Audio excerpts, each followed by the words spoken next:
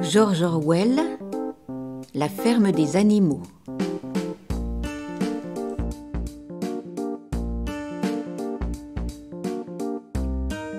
Chapitre 8. Quelques jours plus tard, quand se fut apaisée la terreur causée par les exécutions, certains animaux se rappelèrent, ou du moins crurent se rappeler, ce qu'enjoignait le 6e commandement. Nul animal ne tuera un autre animal. Et bien que chacun se gardât d'en rien dire à portée d'oreille des cochons ou des chiens, on trouvait que les exécutions s'accordaient mal avec cet énoncé. Douce demanda à Benjamin de lui lire le 6e commandement. Et quand Benjamin, comme d'habitude, s'y fut refusé, disant qu'il ne se mêlait pas de ces affaires-là, elle se retourna vers Edmé. Edmé le lui lut. Ça disait « Nul animal ne tuera un autre animal sans raison valable ». Ces 3 derniers mots, les animaux, pour une raison ou l'autre, ne se les rappelaient pas, mais ils virent bien que le 6e commandement n'avait pas été violé. Il y avait clairement de bonnes raisons de tuer les traîtres qui s'étaient ligués avec Boule de Neige. Tout le long de cette année-là, ils travaillèrent encore plus dur que l'année précédente. Achever le moulin en temps voulu, avec des murs 2 fois plus épais qu'auparavant, tout en menant de pair les travaux coutumiers, c'était un labeur écrasant. Certains jours, les animaux avaient l'impression de trimer plus longtemps qu'à l'époque de Jones, sans en être mieux nourris. Le dimanche matin, Bree-Babil, tenant un long ruban de papier dans la petite patte, leur lisait des colonnes de chiffres. Il en résultait une augmentation marquée dans chaque catégorie de production de 100, 300 ou 500% suivant le cas. Les animaux ne voyaient pas de raison de ne pas prêter foi à ces statistiques, d'autant moins de raison qu'ils ne se rappelaient plus bien ce qu'il en avait été avant le soulèvement. Malgré tout, il y avait des moments où moins de chiffres et plus à manger leur serait mieux allé. Tous les ordres leur étaient maintenant transmis par Bree-Babil ou l'un des autres cochons. C'est tout juste si chaque quinzaine Napoléon se montrait en public. Mais alors le cérémonial était renforcé. À ces chiens s'ajoutait un jeune coq noir et fiévreux qui précédait le chef, faisait office de trompette et, avant qu'il ne prît la parole, poussait un cocorico ardent. On disait que Napoléon avait un statut propre jusque dans la maison où il avait ses appartements privés. Servi par 2 chiens, il prenait ses repas seul dans le service de porcelaine de Derby frappé d'une couronne, autrefois exposée dans l'argentier du salon. Enfin, il fut entendu qu'une salve de carabine serait tirée pour commémorer sa naissance, tout de même que les 2 autres jours anniversaires. Napoléon n'était plus jamais désigné par un seul patronyme, toujours on se référait à lui en langage de protocole. Notre chef, le camarade Napoléon. De plus, les cochons se plaisaient à lui attribuer des titres tels que père de tous les animaux, terreur du genre humain, protecteur de la bergerie, ami des canetons, ainsi de suite. Dans ses discours, Bree-Babil exaltait la sagesse de Napoléon et sa bonté de cœur, son indicible amour des animaux de tous les pays, même et en particulier celui qu'il portait aux infortunés des autres fermes, encore dans l'ignorance et l'esclavage. C'était devenu l'habitude de rendre honneur à Napoléon de tout accomplissement heureux et hasard propice. Aussi entendait-on fréquemment une poule déclarer à une autre commère poule « Sous la conduite éclairée du camarade Napoléon, notre chef, en 6 jours j'ai pondu 5 œufs. » Ou encore, c'étaient 2 vaches à l'abreuvoir, s'exclamant « Grâce soit rendue aux lumières du camarade Napoléon, car cette eau a un goût excellent. » Le sentiment général fut bien exprimé dans un poème de Minimus, dit camarade Napoléon.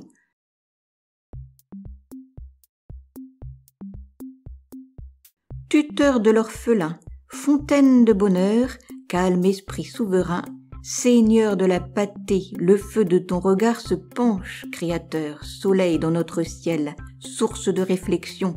Ô camarade Napoléon! Ô grand dispensateur de tout ce que l'on aime, ô divin Créateur, pourvoyeur du petit et maître en tout art, oui, chaque bête même, chaque bête te doit foin sec et ventre bon, ô camarade Napoléon! Même un petit cochon pas plus qu'enfantelé, dans sa contemplation, il lui faudra savoir que sous ton étendard, chaque bête se tait, et que son premier cri dira ton horizon, ô camarade Napoléon!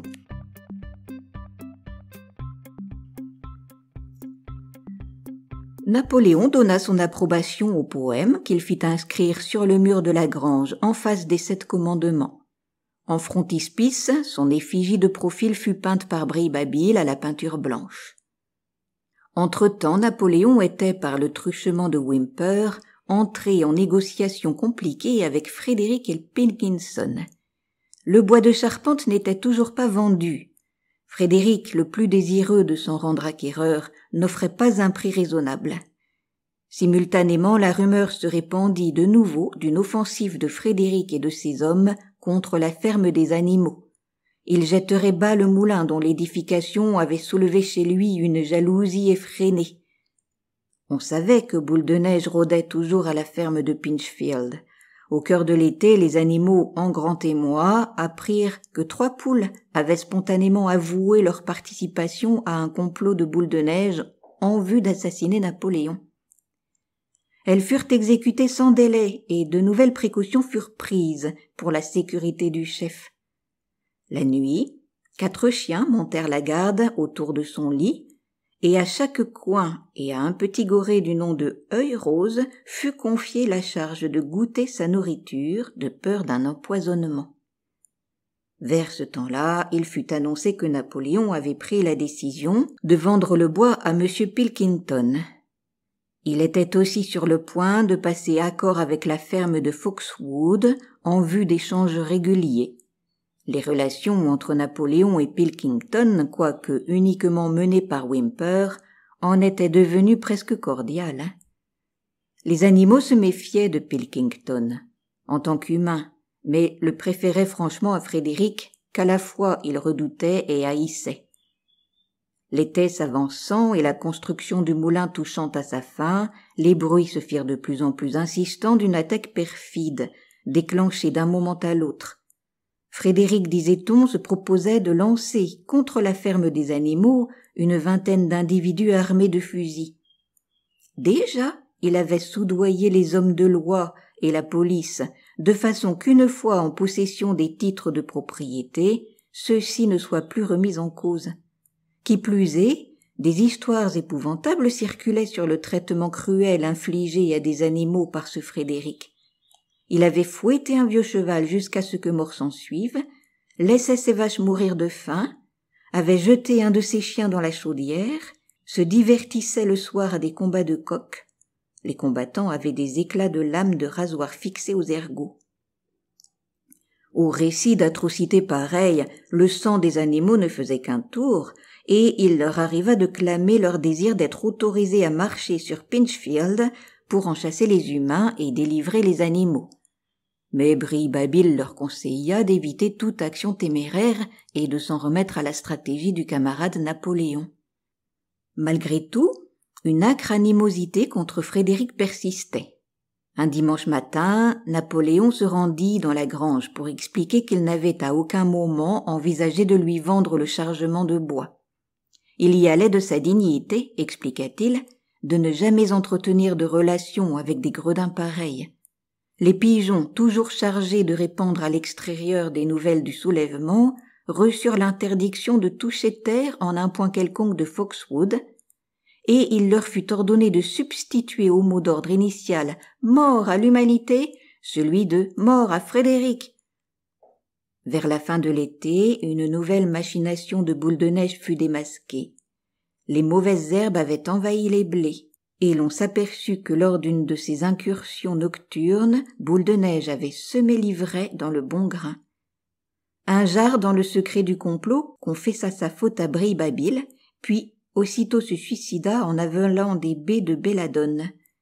Les animaux apprirent encore qu'à Boule de Neige, au rebours de ce nombre d'entre eux avaient cru jusque-là, n'avait jamais été conférée la distinction de héros animal première classe.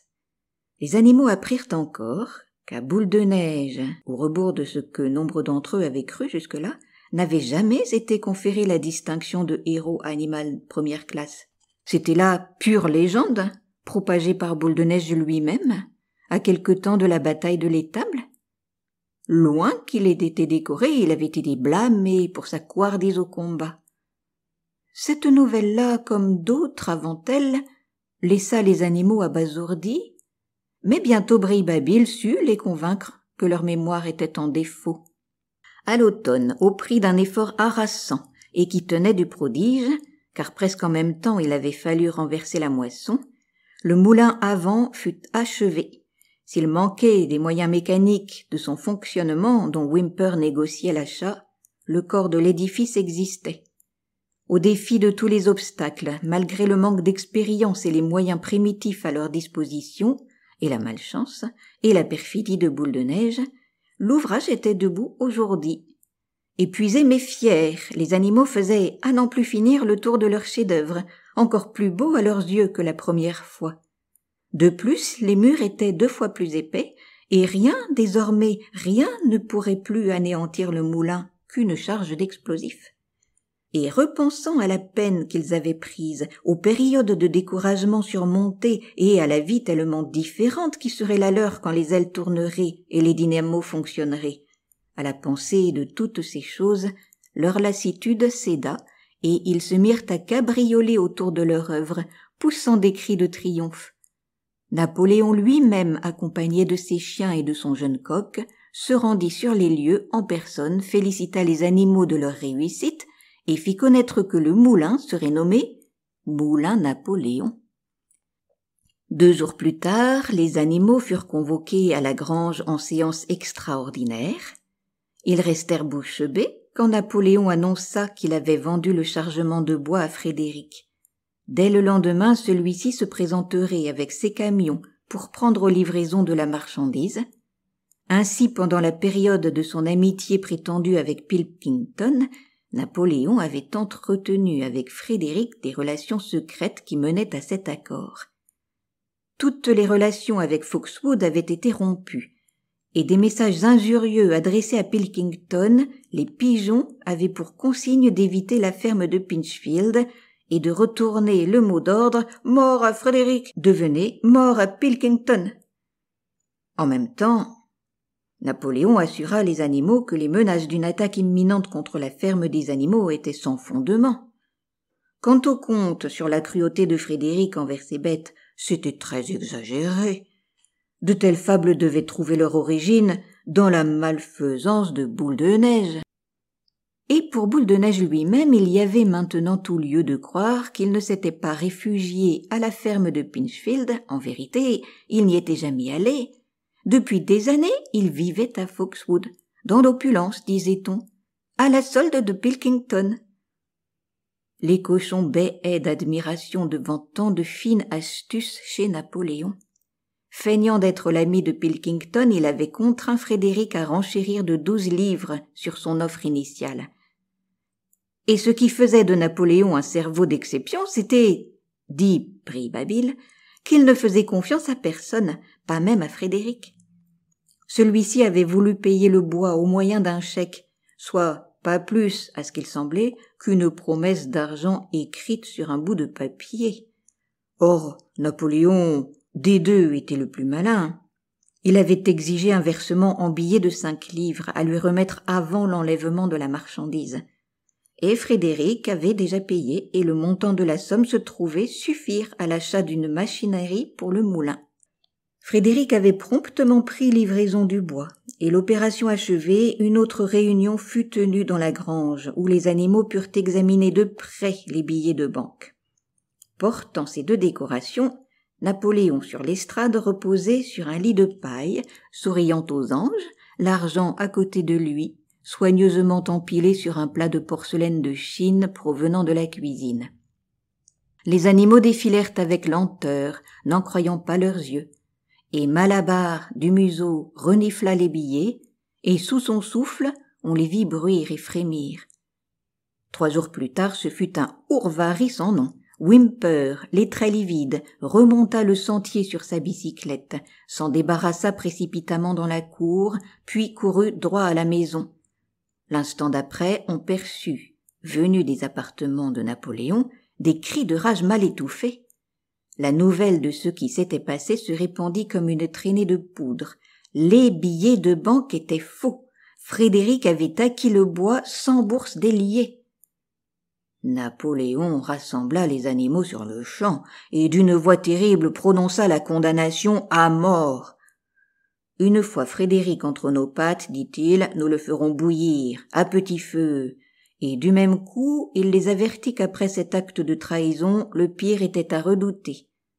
À tout instant, Frédéric et ses agents pourraient bien lancer l'attaque si longtemps attendue. Des étincelles furent disposées sur toutes les voies d'accès à la ferme. 4 pigeons furent dépêchés vers Foxwood, porteurs d'un message de conciliation, car on espérait rétablir des relations de bon voisinage. L'attaque eut lieu dès le lendemain matin. Les animaux prenaient leur premier repas quand les guetteurs firent irruption, annonçant que Frédéric et ses partisans avaient déjà franchi la clôture aux 5 barreaux. Crânement, les animaux se portèrent à leur rencontre, mais cette fois la victoire ne fut pas aussi facile qu'à la bataille de l'étable.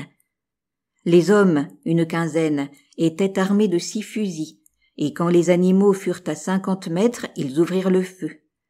Les défenseurs, ne pouvant faire face aux explosions épouvantables et aux cuisantes brûlures des plombs, reculèrent, malgré les efforts de Napoléon et de Malabar pour les rameuter. Un certain nombre d'entre eux étaient blessés déjà. Alors les animaux se replièrent sur les dépendances de la ferme, épiant l'ennemi par les fentes et fissures des portes. Tout le grand herbage, moulin compris, était tombé aux mains des assaillants. À ce moment, même Napoléon avait l'air désemparé. Sans un mot, il faisait les 100 pas, nerveux, la queue raidie. Il avait, pour la ferme de Foxwood, des regards nostalgiques. Ah, si Pilkington et les siens venaient leur prêter main forte, ils pourraient encore l'emporter. Or, à cet instant, les 4 pigeons envoyés en mission la veille revinrent, l'un d'eux avec un billet griffonné au crayon par Pilkington et disant « Ça vous apprendra !» Cependant, Frédéric et ses gens avaient fait halte auprès du moulin. Un murmure de consternation parcourut les animaux qui le regardaient faire, car 2 hommes avaient brandi une masse et une barre servant de levier. Ils s'apprêtaient à faire sauter le moulin. « Ils n'ont aucune chance !» s'écria Napoléon. « Nos murs sont bien trop épais. En 1 semaine, ils n'y parviendraient pas.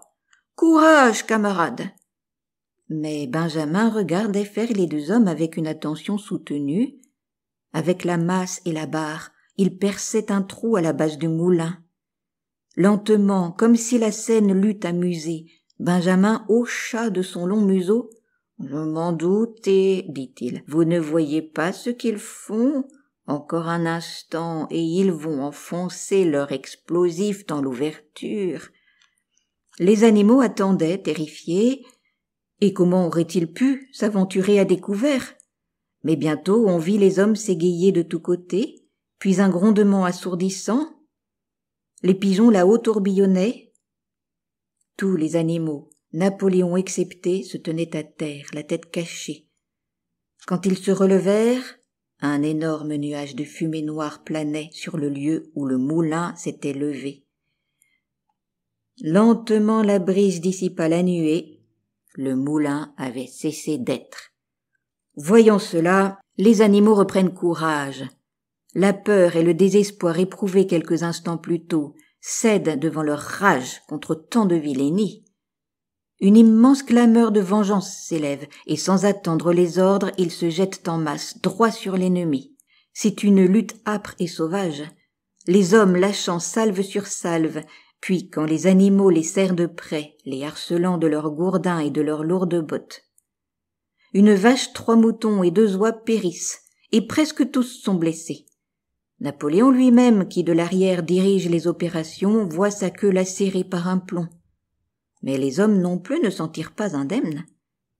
À coups de sabot, Malabar fracasse 3 têtes, un autre assaillant est éventré par une vache, un autre encore a le pantalon mis à mal par les chiennes Constance et Fleur, et quand Napoléon lâche les 9 molosses de sa garde, leur ayant enjoint de tourner l'ennemi sous couvert de la haie, les hommes, les apercevant sur leurs flancs et entendant leurs aboiements féroces, sont pris de panique.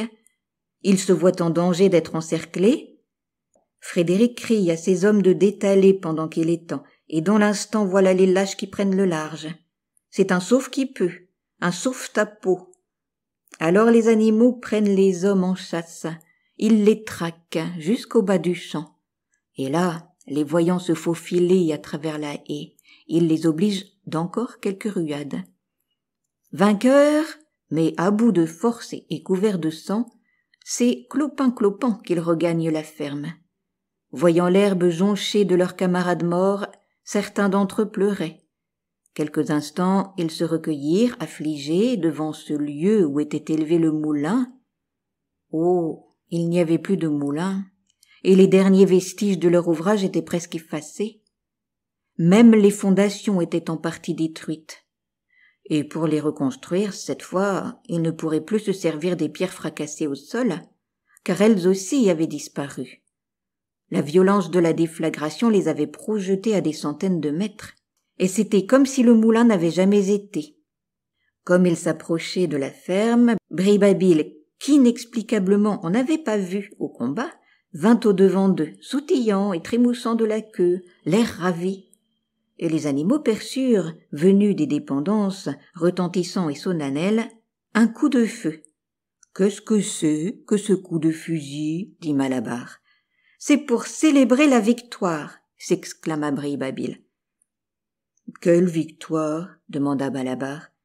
Ses genoux étaient en sang, il avait perdu un fer et s'écorché son sabot, une dizaine de plombs s'étaient logés dans sa jambe de derrière. « Quelle victoire, camarades !» reprit Bribabile. « N'avons-nous pas chassé l'ennemi de notre sol, le sol sacré de la ferme des animaux ? Mais ils ont détruit le moulin, et 2 ans nous avions travaillé dessus. Et alors, nous en bâtirons un autre, et nous en bâtirons 6 si cela nous chaud. Camarades, tu n'estimes pas nos prouesses à leur aune. L'ennemi foulait au pied notre sol même. Et voici que grâce en soit rendue au camarade Napoléon, à ses qualités de chef, nous en avons reconquis jusqu'au dernier pouce. » « Alors, nous avons repris ce que nous avions déjà, » dit Malabar. « C'est bien là notre victoire, » répartit Bribabile. Ils entrèrent tout clopinant dans la cour. La patte de Malabar lui cuisait douloureusement, là où les plombs s'étaient fichés sous sa peau. Il entrevoyait quel lourd labeur exigerait la construction à nouveau du moulin à partir des fondations, et déjà à la pensée de cette tâche, en esprit, il se revigorait. Mais pour la première fois, il lui vint qu'il avait maintenant 11 ans d'âge, et que peut-être ses muscles n'avaient pas la même force que dans le temps. Lorsque les animaux virent flotter le drapeau vert et entendirent qu'on tirait le fusil de nouveau, 7 fois en tout, et quand enfin Napoléon les félicita de leur courage, alors il leur sembla qu'ils avaient, après tout, remporté une grande victoire. Aux bêtes massacrées au combat, on fit des funérailles solennelles. Malabar et Douce s'attelèrent au chariot qui tint lieu de corbillard, et Napoléon en personne conduisit le cortège. Et 2 grands jours furent consacrés aux célébrations. Ce furent chants et discours, et encore d'autres salves de fusils, et par faveur spéciale chaque animal reçut une pomme. En outre, les volatiles eurent droit à 2 onces de blé, et les chiens à 3 biscuits. Il fut proclamé que la bataille porterait le nom de « bataille du Moulin à Vent », et l'on apprit que Napoléon avait, pour la circonstance, créé une décoration nouvelle, l'ordre de la bannière verte, qu'il s'était conféré à lui-même. Et au cœur de ces réjouissances fut oubliée la regrettable affaire des billets de banque. À quelques jours de là, les cochons tombèrent par hasard sur une caisse de whisky oubliée dans les caves. Personne n'y avait prêté attention en prenant possession des locaux.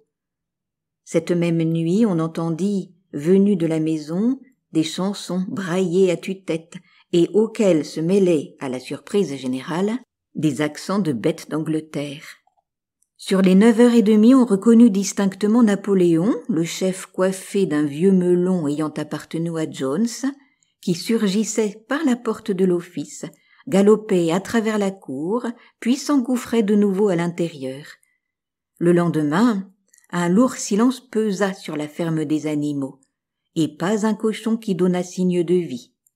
On allait sur les 9h quand Brille-Babil fit son apparition, l'air incertain et l'allure déjetée, l'œil terne, la queue pendante et flasque, enfin faisant pitié. Il doit être gravement malade, se disait-on. Mais bientôt, il rassembla les animaux pour leur faire part d'une nouvelle épouvantable. Le camarade Napoléon se mourait. Ce ne furent que lamentations. On couvrit de paille le seuil des portes, et les animaux allaient sur la pointe des pattes. Les larmes aux yeux, ils se demandaient les uns les autres ce qu'ils allaient faire si le chef leur était enlevé. Une rumeur se répandit. Boule de Neige avait réussi à glisser du poison dans sa nourriture. À 11h, Brille-Babil revint avec d'autres nouvelles.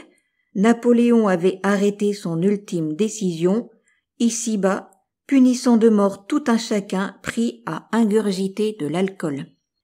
Dans la soirée, il apparut que Napoléon avait repris du poil de la bête, et le lendemain matin, Brille-Babil rapporta qu'il était hors de danger. Au soir de ce jour-là, il se remit au travail, et le jour suivant, on apprit qu'il avait donné instruction à Whymper de se procurer à Wellington des opuscules expliquant comment se distille et fabrique la bière. Une semaine plus tard, il ordonnait de labourer le petit enclos attenant au verger primitivement réservé aux animaux devenus inaptes au travail. On en donna pour raison le mauvais état du pâturage et le besoin d'ensemencer à neuf. Mais on le sut bientôt, c'était de l'orge que Napoléon désirait y planter. Vers ce temps-là, survint un incident bizarre dont le sens échappa à presque tout le monde. Un fracas affreux dans la cour, vers les minuit. Les animaux se ruèrent dehors, où c'était le clair de lune. Au pied du mur de la grange où étaient inscrits les 7 commandements, ils virent une échelle brisée en 2, et à côté, Brille-Babil étendu sur le ventre, paraissant avoir perdu connaissance. Autour de lui s'étaient éparpillés une lanterne, une brosse et un pot renversé de peinture blanche. Tout aussitôt les chiens firent cercle autour de la victime, et dès qu'elle fut à même de marcher, sous escorte la ramenèrent au logis. Aucun des animaux n'avait la moindre idée de ce que cela pouvait vouloir dire, sauf le vieux Benjamin, qui d'un air entendu hochait le museau, quoique décidé à se taire. Quelques jours plus tard, la chèvre Edmée, en train de déchiffrer les 7 commandements, s'aperçut qu'il en était encore un autre que les animaux avaient compris de travers. Ils avaient toujours cru que le 5e commandement énonçait « Aucun animal ne boira d'alcool ». Or, 2 mots leur avaient échappé. De fait, le commandement disait « Aucun animal ne boira d'alcool à l'excès ».